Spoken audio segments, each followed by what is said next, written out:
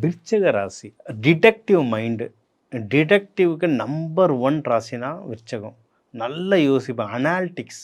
இந்த அனலிஸ்ட்லாம் விருச்சக ராசி மாரி அனலிஸ்ட் வந்து அவ்வளவு அவ்வளவு டீப்பாக விருச்சகம் மாதிரி யாருமே போக மாட்டாங்க. சரிங்களா? அவங்கள்ட்ட அந்த தெத்து பல்லுன்ட்டு ஒரு பல் 2 பல்லு முன்னாடி நீட்டி நிற்கும்.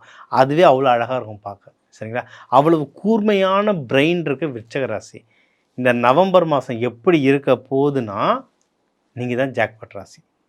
சரியான ஜாக்பாட் ராசி. ஏன்னா குரு பகவான் உங்கள்த 5ஆம் வீடாக பார்த்துட்ருக்கார். ஓகே. என்னென்னலாம் நடக்க போகுது? ஃபஸ்ட்டு ஓவராலாகவே லைஃப் நல்லாயிருக்கும். இது ஒன்று. சரிங்களா? இன்னொன்று, இப்போ உங்களுடைய 3வது வீட்டையும் பார்த்துட்ருக்கார் குரு பகவான். அப்போனா என்ன? காம்படிஷன் எக்ஸாம்ஸ் எழுதுகிறவங்க ஏதோ ஒன்றுக்கு நான் காம்படிஷன் பண்ணிகிட்ருக்கேன். ஏதோ ஒரு ப்ரமோஷனுக்கு காம்படிஷன் பண்ணிகிட்ருக்கேன். ஏதோ ஒரு சீட்டு கிடைக்கிறதுக்கு காம்படிஷன் பண்ணிகிட்ருக்கேன். அரசியலில் நிறைய பேர் இதில் இருக்க வாய்ப்பு உண்டு. கவர்மெண்ட்டில் வேலை செய்கிற நிறைய பேர் விருச்சிக ராசியாக இருக்க வாய்ப்பு உண்டு. சரி, ஆனால் இது கவர்மெண்ட் ராசி. ஓகேவா? அவங்களாம் ப்ரமோஷனுக்கோ சீட்டுக்கோ நான் ஏதோ ஒரு பதவிக்கோ ட்ரை பண்ணுறவங்க ட்ரை பண்ணலாம். இந்த நவம்பர் மாதம் வந்து கிடைக்கிறதுக்கு ரொம்ப வாய்ப்புகள் இருக்குது.